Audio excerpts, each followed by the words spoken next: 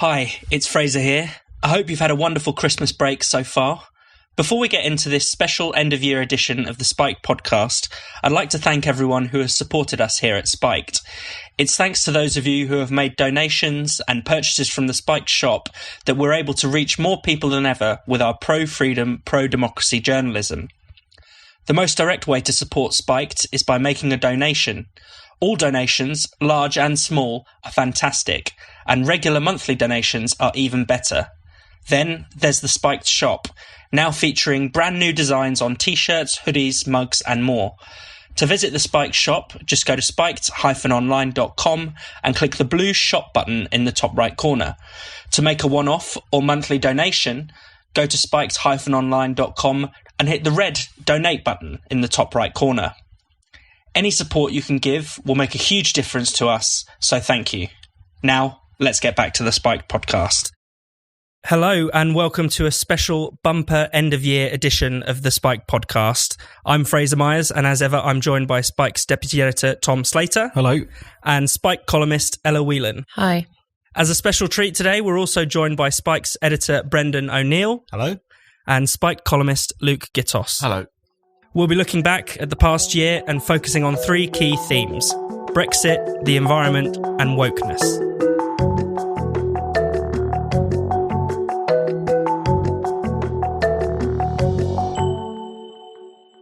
So what a year it's been for Brexit. In January 2019, Theresa May's withdrawal agreement was put to Parliament for the first time, and it suffered the worst defeat for any government bill in modern parliamentary history. And the year has ended with Boris Johnson winning a huge majority in the December election, meaning his version of Brexit will happen in the new year. In between that, we've had several brushes with no deal. The Brexit party has come and gone. The Remainers took to the streets and to the courts.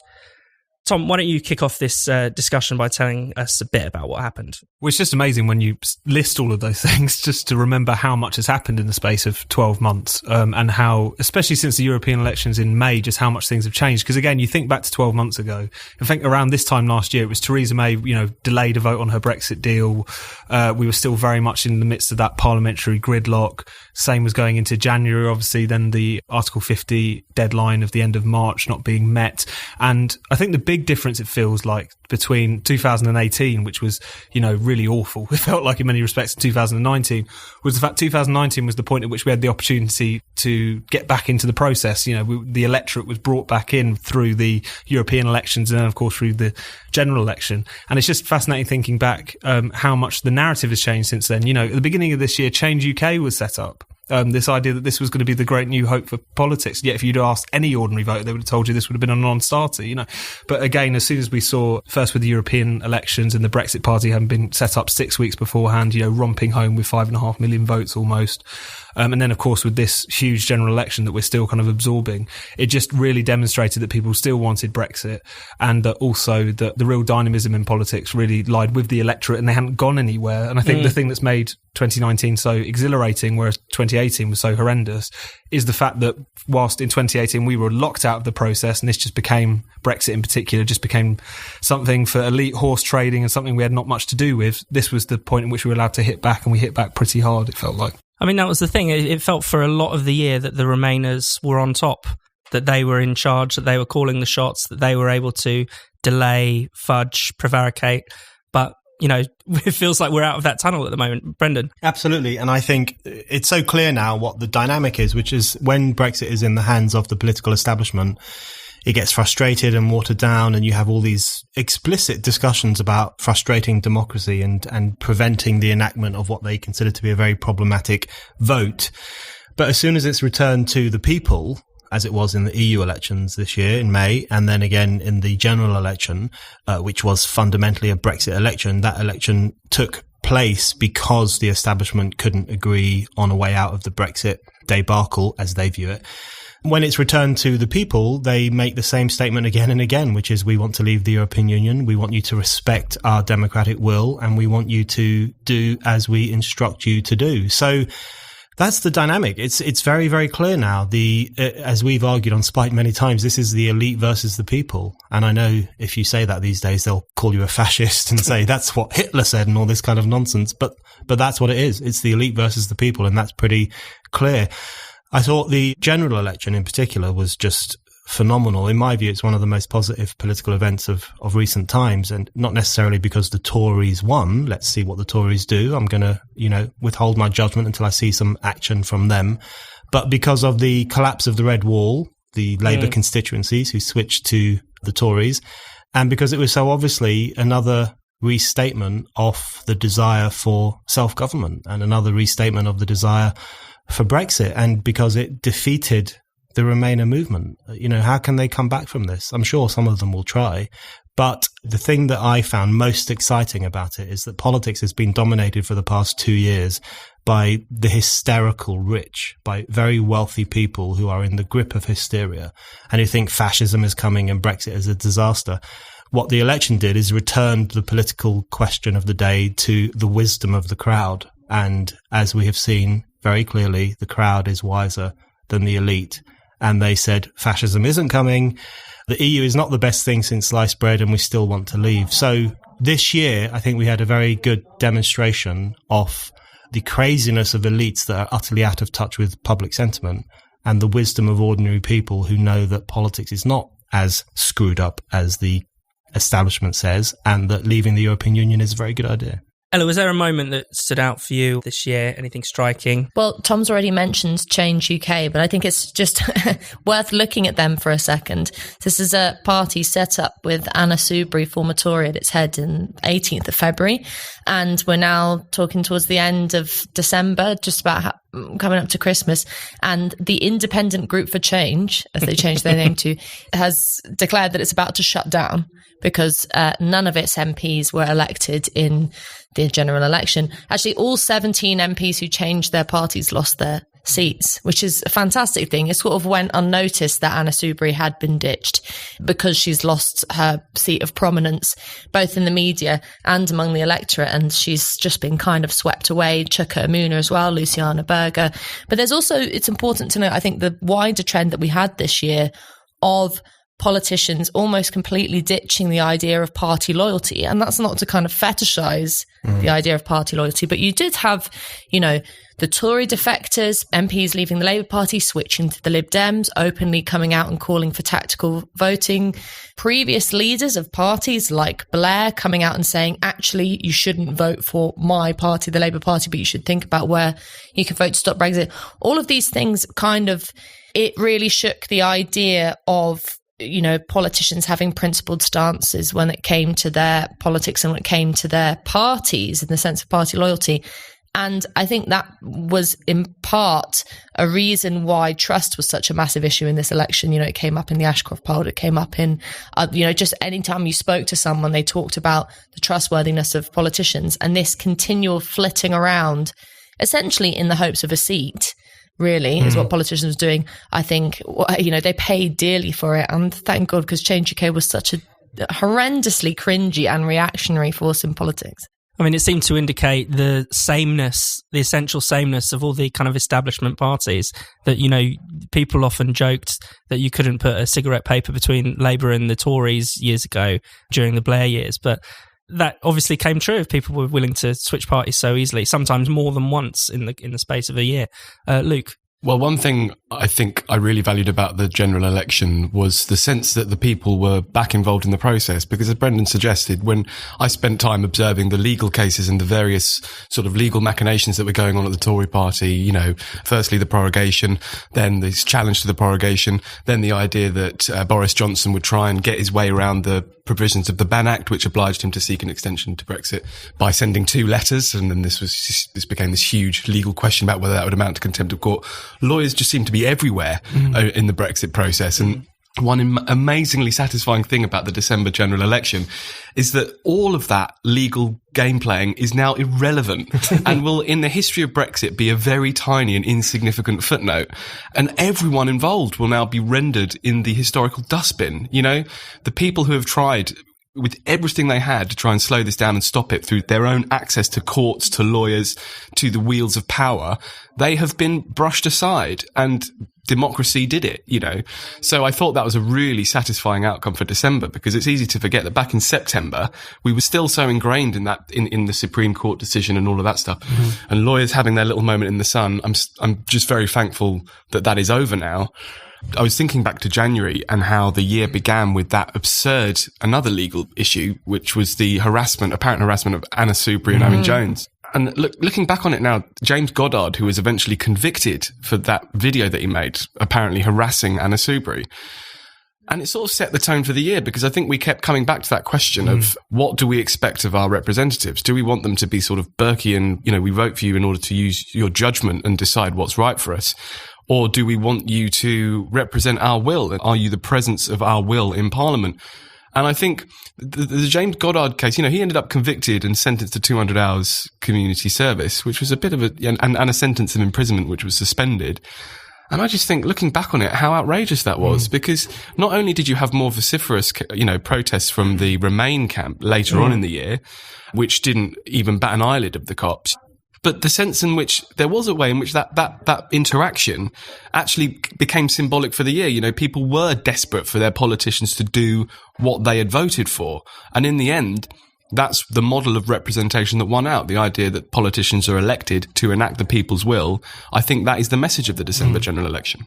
And also the role of rhetoric in all of this, which was really fascinating over the course of the year. It really came to a head, of course, in that big showdown in Parliament a couple of months ago, where Boris Johnson was kind of rounded on by all of these various Labour MPs in particular, who had a go at him for his language in relation to the Benn Act, calling it the Surrender Act and betrayal. I mean, Paula Sherriff MP, who is another Labour MP who lost their seat this time around, saying that using the word betrayal was in some sense kind of inciting violence. And this is a point that Brendan's made before, is the fact that first of all, they don't want us to have Brexit, then they want to stop us talking about them stopping Brexit, you know, and it was this really absurd element. On one hand, it was just so obviously cynical, because it was an attempt to, you know, dampen down discussion, to demonise Boris Johnson, to demonise other Brexiteers as kind of hard right throwbacks. But it also did speak to that point that Brendan raised earlier about just the amount of hysteria that was kind of uncorked since Brexit, and really came to a head this year with a lot of the discussion about rhetoric, with a lot of the discussion about language, with the Stop the Coup protests, where again a prorogation that was, let's face it, slightly longer than usual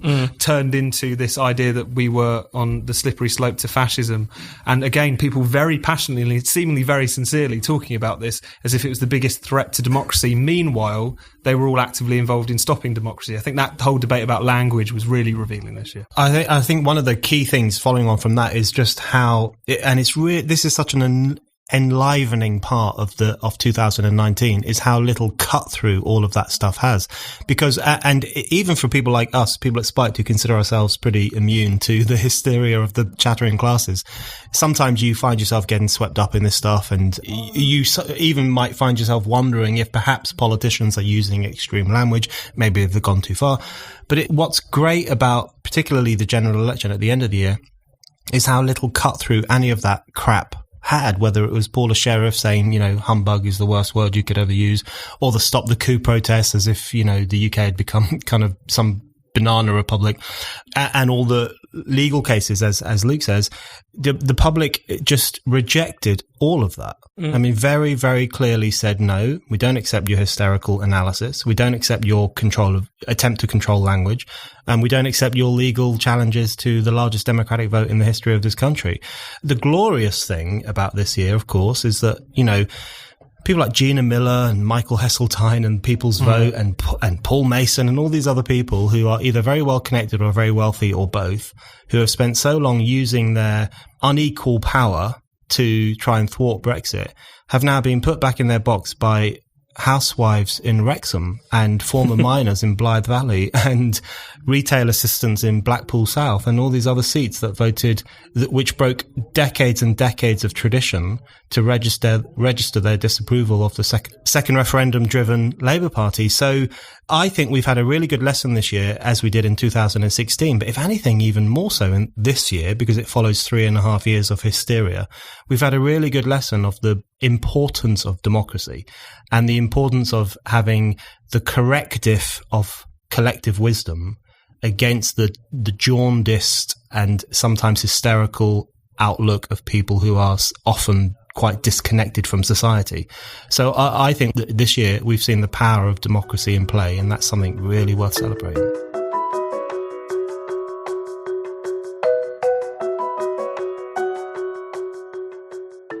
You're listening to the Spiked podcast. If you haven't already, don't forget to subscribe so you never miss an episode. You can subscribe to the podcast through iTunes, Google Play, Spotify, Stitcher, and more. And if your provider allows you to, why not give us a rating and a review while you're there? It really helps new listeners find the show.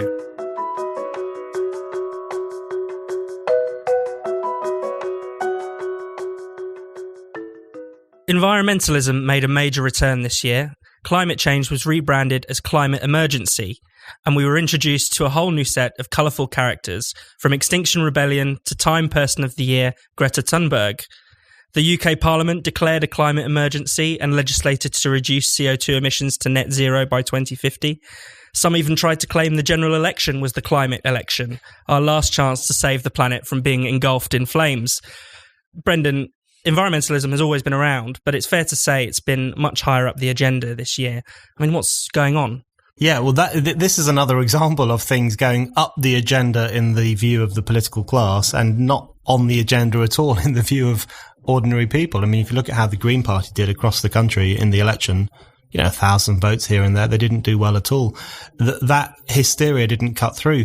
I think environmentalism went on a very interesting journey this year and a very telling journey. I mean, as you say, Greta Thunberg is now the goddess or the godchild or the messiah, I don't know what, of the green cult. And her worshippers in the Extinction Rebellion movement, who are literally hysterical. I mean, they're literally out of control. Anyone who has witnessed them parading through the streets, weeping and chanting and dressed in red and their faces painted. I mean, these are not normal people. This is a doomsday cult. It's very millenarian, and millenarianism often does follow the collapse of traditional progressive ideas and traditional left-wing ideas. Very often people who feel hopeless when their political viewpoint falls apart will embrace a kind of end-of-world, very depressing, very apocalyptic worldview that happened at the end of the 1800s, and it's happening at the end of the 1900s through to the 21st century. I think the thing I find most interesting about environmentalism, it's become very clear this year what role it plays. And the role it fundamentally plays now is as a kind of top-down, elitist and increasingly authoritarian check on ordinary people's behaviour and ordinary people's political view. So it's fascinating this year the number of times we were told climate change is more important than Brexit. I mean, that was the kind of mantra. And it was so explicitly an attempt to say, listen, the destruction of the planet by idiots like you is more important than the question of democracy, more important than the question of leaving the European Union. So I think what we saw this year, particularly through the veneration of Greta as this kind of modern day saint come to save us from our sinful behaviour and save us from doom, I think we've seen the real energizing force behind environmentalism, which is an elitist attempt to keep a check on populist sentiment. And I think that's become very clear. Luke, what are your thoughts on Greta? Well, we've just had perhaps Greta's first scandal, which is where she's tweeted a photograph of herself sitting on a train by the door on the ground. She did a Corbyn and said that she'd had to sit there because the train was very crowded, and then the train company said that she actually had a first-class ticket and a first-class seat. Now, it then came out afterwards, I think, that actually she'd missed the train that she had the first-class ticket for, so had to get on a more crowded one. And then I sort of stopped myself thinking, I'm talking about a 16-year-old girl. What am I playing at? And I think I really do, there's a serious aspect to this, which is that a 16-year-old girl has been placed in a position of political veneration. What happens now if she fancies changing her mind, which a lot of 16-year-olds are prone to do, or 17-year-olds or 18-year-olds? It does seem that the adults around Greta have basically made her a saint and made it so that it's going to be very difficult for her to do anything else with her life or to do anything which involves moving off the course that she's on. I mean, Lord knows how much is now invested in this young girl, just materially and financially. And, politically and personally for her, it must be incredibly difficult for her to live a normal life. And I think when we look back on this veneration, there may well be a sort of really personal cost to it. And just anecdotally as well, just talking about environmentalism, I mean, I think I've had a lot of conversations with people this year, and when they do hold to environmentalist politics, I have noticed that they've become a lot more nihilistic in their outlook and have become a lot more convinced, actually, that there is very little worth in doing anything with their lives. And it does create this quite depressive outlook in people. And I'm sure that is generalizable to some extent because it's a logical conclusion to the worldview. So I do worry that, as Brendan suggests, that the effects of this outlook on a generation of young people could be very damaging. Yeah, there's a lot of talk of young people, especially, young children, being needlessly stressed and distressed by, the view that there might not be a world around when they grow up. Ella? Well, speaking of children, I think one of the most remarkable things for me was the emergence of the birth strike movement. It's moved to kind of prominence in popular discussion about the climate emergency and Extinction Rebellion. And there's been movements and organizations about population control for a very long time. It's a kind of well-established dystopian view of how to tackle climate change, is to have Malthusian idea of it's less people is the solution. But the birth strike movement, headed up by a number of young women, but most prominently a musician called Blythe Pepino, is essentially arguing that young women who really desperately wanted to have children, really, cared about having children, were forcing themselves to not do it because they were both terrified that either the planet would be over before their kids were 5, but also that it would be this very selfish thing to bring children into a world that was heading towards destruction. And that really quite frightened me, actually, both that the idea that young women would be so, captured by this dystopian view, but also at the kind of the deep narcissism involved in a movement like that, which is that, you and your body, a woman's body, would be the solution to climate change. And forget about politics, forget about policies on anything, energy. It's all down to your womb. There's an incredible amount of pressure to put on women, but it's also this is a really good example of how a lot of climate activism has turned into, what are you doing? As a grandparent, are you going out and forcing yourself to get arrested? As a child, are you missing school? As a mother, are you aborting your babies? All of this stuff shows how incredibly self-serving a lot of this is. And I have to shout out another appalling event that happened this year in relation to climate change and population control. I don't know if any of you guys were aware that in July it was World Population Day. I'm sure you can remember how you celebrated. And the United Nations marked it by announcing this campaign, Thriving Together, which got a write-up in The Guardian and, several bits of praise. And essentially what it was a campaign coloured by climate change to say that we need to stop Africans having babies because they're wrecking the biodiversity of those countries. Not dodgy in the slightest. Not, I talk about out and out racism. There should be less black people in the world. But all of that has kind of, because of Extinction Rebellion, child rearing and childbirth has become centre to, and population control has become centre to the climate discussion.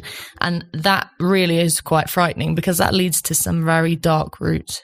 And it's the link as well between kind of extreme environmentalism and that extreme anti-humanism and how those two things go together, which I think, says something about the fact that Roger Hallam, one of the co-founders of Extinction Rebellion, has also flirted with some very strange comments, shall we say, about the Holocaust this year, saying it was, quote, just another fuckery in human history. That kind of extreme anti-humanism, that incredibly nihilistic bent, I think, expresses itself in all kinds of strange ways. One of the very positive things to happen this year is the fact that, given the fact that the environmental movement really kind of overreached itself, became incredibly extreme, not just in its policy prescriptions, but, its theatrics on the streets of London, for instance, when Extinction Rebellion were blocking roads and all the rest of it, is that it has generated a real public backlash in a way that it hasn't done probably up to now, particularly in Britain. Obviously, you saw that, first of all, with just a recognition that these people were just talking nonsense. They were finally kind of held to account for, claims that they'd made that, children are going to die in 10 to 20 years. No one thinks that. There is no consensus behind that position. And they were finally brought to task for some of those claims. But of course, it really came to a head in what's become known as the Battle of Canning Town, where you had these two Extinction Rebellion protesters during their, week or 2 weeks of disruption in London, decided that at the height of rush hour, they were going to climb on top of this Jubilee Line train, unfurl their banner and disrupt people's lives. They looked a perfect picture. Both of them looked like kind of like junior lecturers, one had a ponytail. It was just too wonderful. And people took matters into their own hands. They dragged them off the train, and it was just this brilliant rejection of this incredibly authoritarian movement, which it's, despite the fact it claims it's about the world coming together to deal with this problem, so often takes the form of pushing people around, of making their lives more difficult, and seeing a bit of a reaction to that, I think, was a really positive thing. I thought one of the best things about the Battle of Canning Town was that woman who just shouted out, "The world is not coming to an end." And you think this is an ordinary woman at 7 a.m. trying to get to work, having to counter the hysteria of the Green movement. I think the Battle of Canning Town and other stuff in relation to Extinction Rebellion was very interesting because it also illustrated a class dynamic in the Green stuff this year, which I think became a bit more pronounced, which is that you had these incredibly, often very posh, double-barreled people on the streets of London, or Greta Thunberg, who comes from a wealthy country, basically dictating to everyone else how they should behave, what they should do, and, as Ella says, even lecturing people in the third world about how many children they can have. I think a lot of people are sick and tired of hearing from well-off, Western, privileged teenagers and might want to hear from, Indian, African, Brazilian teenagers who probably will have a different view of the world. So it's another one of those issues, like Brexit, where the great thing about 2019 is that the real dividing line on that issue became much more clarified in terms of what's at stake and who's on that side and who's on the other side, which was very useful. Yeah, and the class dynamic was absolutely central to the Gilets jaunes protest, which, of course, while sparked towards the end of last year, carried on throughout this year, sparked by an environmental fuel tax. And, it's often the case, and protesters say, we do care about climate change, but why are you going about it in this way, in a way that is hurting ordinary people? But unfortunately, the policies so often do that. Luke, did you want to add something? Well, just on the Gilets jaunes, I've been shocked at just how little any account of it has been taken up in Britain, either by the left or by anyone else. It's almost difficult to know exactly what's going on. You have to find out largely from Twitter. And I think it's... Or for Fraser. And from Fraser's obviously brilliant articles. But I think it does reflect a fact that form of rebellion is not palatable to the left in this country. And I think it says a lot about their approach to... They see that as something to fear, because that protest is at least in part driven by a rejection of the EU, by a rejection of the kind of technocratic government that they're suffering under. And so I think that it speaks to the left's kind of complete complicity with that model of government in many ways.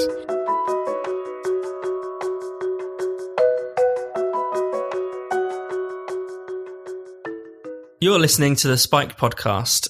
Spiked has no subscriptions and no paywalls. All of our content is free. We rely on the generosity of our listeners and readers to keep us going and growing. For those of you who already donate to Spiked, we can't thank you enough. It really means a lot to the team. If you haven't already, then why not consider giving Spiked a donation? You can make a one-off payment or give monthly by going to spiked-online.com.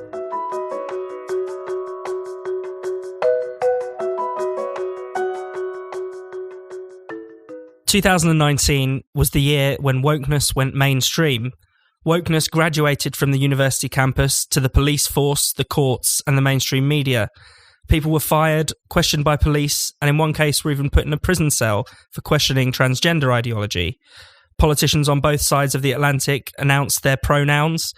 The world was turned upside down as men were allowed to compete in women's sports, celebrities wanted to be seen as victims of hate crime, and literal princesses were pitied as victims of colonialism. Ella, what is your woke highlight or low light of this year? Well, okay, the low light, there's two. The low light, because one that was funny but actually revealed a bigger problem, was the case of Jessica Yaniv in Canada, who took several women, some of them immigrant, very poor women, to court for refusing to wax her bollocks, basically. And it was one of those things which was an extreme case that put the extreme side of the trans extremism into the spotlight and put it on trial. And thankfully she lost. But it was, we all had a good laugh, I think, about the fact that this, in many ways, unhinged individual was bringing a case around the fact of someone waxing her private parts. But actually it revealed the extremes to which the trans activist nonsense has been, the extent to which it's been allowed the free pass. And the fact that this even went to court, the fact that someone didn't initially stop this person from kind of essentially harassing several women and wrecking their lives, wrecking their businesses. So that was the kind of the low light. And I think it was a wake-up call for a lot of people that actually, if you are completely unquestioning, completely uncritical of the more mad ends of trans activism in the shape of Jessica Yaniv, then stupid and damaging stuff happens. But a highlight of the kind of woke madness this year, I think, has to be, it's a subtle one, but it really was a funny one, was, I don't know if anyone remembers when the Supreme Court case was happening around Brexit this year, and Lady Hale came to prominence, not just because she was kind of sassy and made her closing remarks, but specifically because she was wearing a spider brooch. And this trend kicked off on Twitter celebrating the girly swats. And it was a kind of feminist thing of, haha, Trump, haha, Boris Johnson, look at that, you're being defeated by girly swats. And the funny thing was that then ate itself, because black feminists came out and saying, oh, this is, there was articles on Galdem saying this is classic white feminism, celebrating, someone like Lady Hale, who's the epitome of white feminism. And it was just one of those brilliant moments when you think, I don't need to spend my time criticizing feminism. It does it itself. So the girly swat movement, which had white girly swats at its helm, has been reduced to a kind of white feminist colonial project. That was a great moment of where woke went weird. Can I get in with my favourite woke moment? Just going to terrify someone else is going to take it. So this was when Kamala Harris was still in the running to be the Democratic presidential nominee. A couple of months ago, there was this town hall organised by CNN. It was all on LGBT issues. It was hosted by Chris Cuomo. She walks out on stage and immediately announces, my pronouns are she, her and hers. And then Chris Cuomo, without really thinking, says, mine too. It's actually quite a funny joke. And yet the response to it, I think, was really telling, was that he was the one who was painted as being ridiculous, over the top, strange, and obviously ultimately bigoted. He was forced to apologise. So the sight of a leading woman in public life, who everyone knows is a woman, and is a woman, announcing that she is a woman, is not strange in the slightest. Chris Cuomo making a joke about this suddenly is very strange. And I thought that was a really interesting moment, actually, in which it just kind of seemed to enter the kind of bloodstream of mainstream politics in a way that I thought was really quite strange. And particularly in the US example, I think really demonstrates just how much these people haven't learnt lessons of 2016. They're going further down this kind of woke rabbit hole, which makes, Hillary Clinton's campaign in 2016 look, nowhere near as kind of identitarian, even though it was in many respects. And it's just really interesting that Democratic politicians in America in particular feel that they need to genuflect to this movement, despite the fact that there's been some interesting research this year, it's just such a tiny proportion of the population who actually believe in this stuff. So I thought that was quite a funny and telling moment. The polling suggests that the vast majority of people of all races and classes hate political correctness and wokeness. Exactly. So, which I think that's a really important revelation that we've had this year, because wokeness is effectively a new form of aristocracy. I mean, it's about having the right mannerisms, the right speech, the right language. It's a very bubbled way of thinking about the world. It's a very eccentric way of thinking about the world. It doesn't connect with ordinary people's experiences or views at all. It's the neo-aristocracy of woke correctness. And that's why it grates so explicitly against ordinary people who are always presumed to be racist and transphobic and wrong-headed and incorrect and everything else, because it's an incredibly elitist endeavor, has absolutely nothing whatsoever to do with left-wing politics and nothing to do with progressive politics at all. I thought one of the fascinating things about wokeness this year is that it just became incredibly clear that, as Ella was pointing out with her example, that it's an unwinnable game. And if you try and play the woke game, you will lose, right? You will, especially if you're white and male, if you try and be woke, you'll just be exposed as white and male. I mean, there's no winning. It's an unwinnable game. The only solution to it is to call it out as an incredibly divisive, racialized, censorious and obsessive way of viewing the world.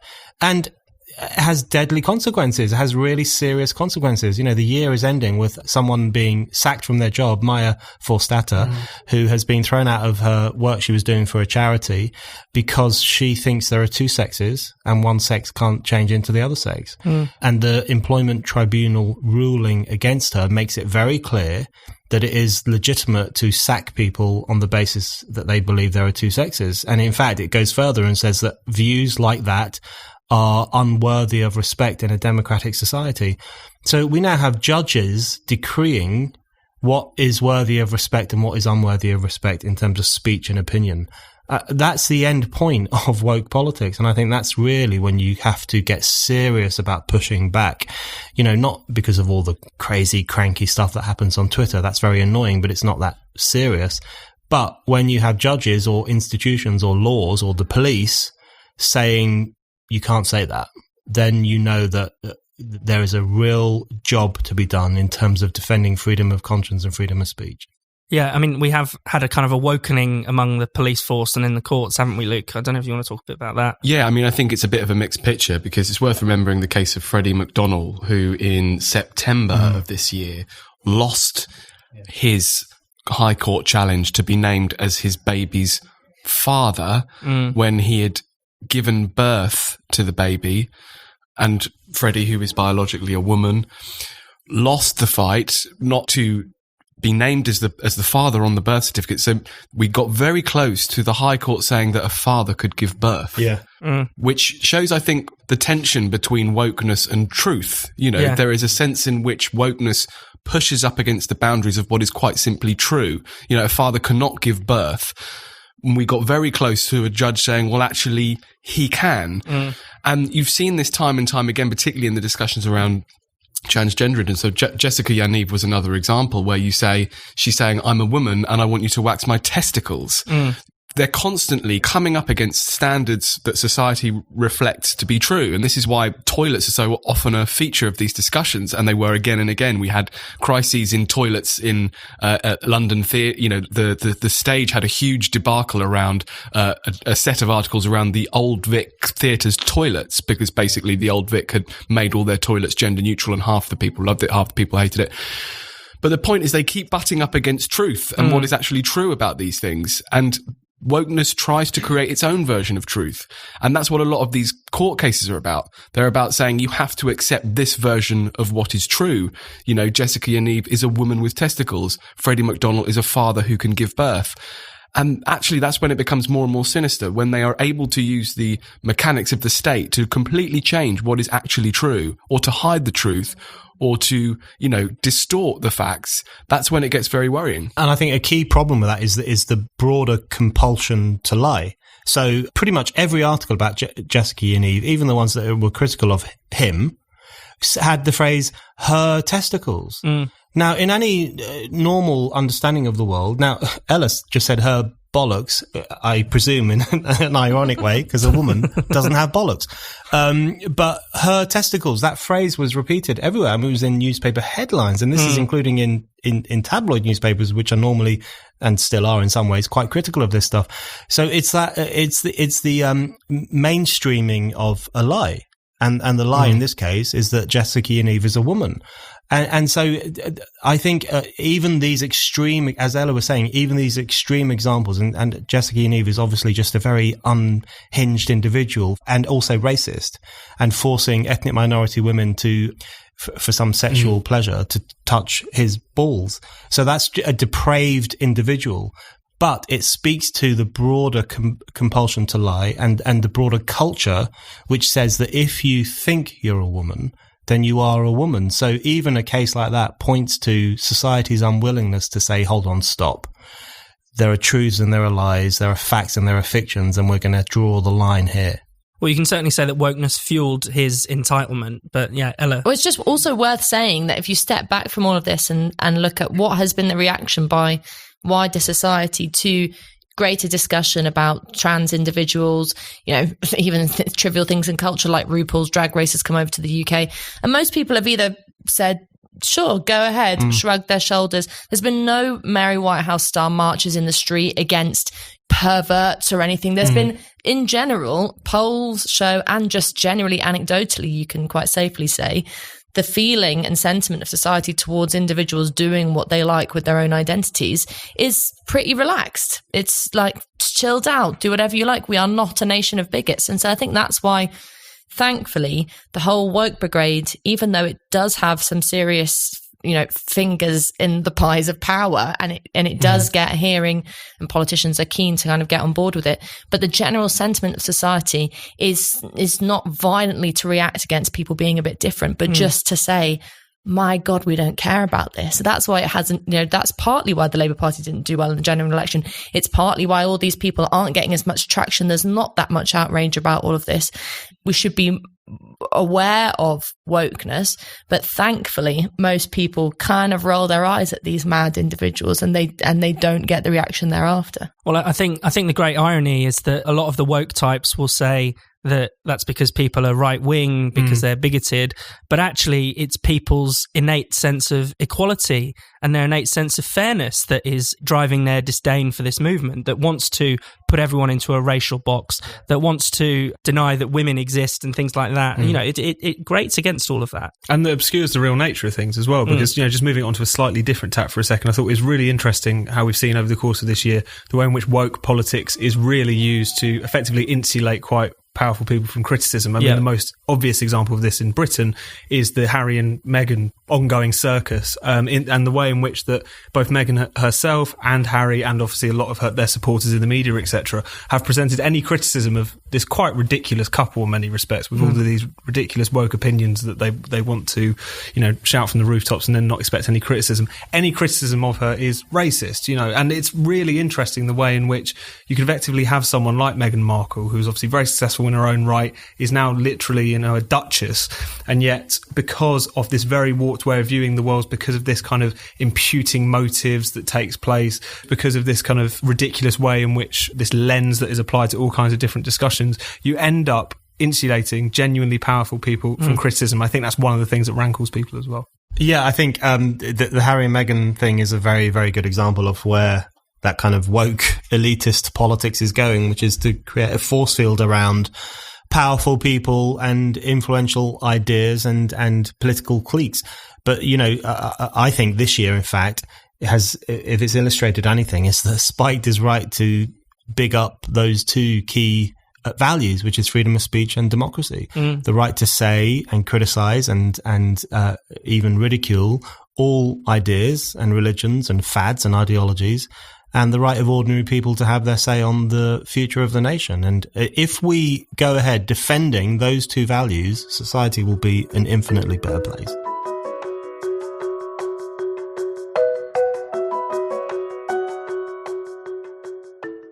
You've been listening to the Spiked podcast. That's it for 2019. For more Spiked content, don't forget to keep visiting us at spiked-online.com, where you can also make a donation or treat yourself to something from our shop. Thanks for listening, and we'll catch you in the new year.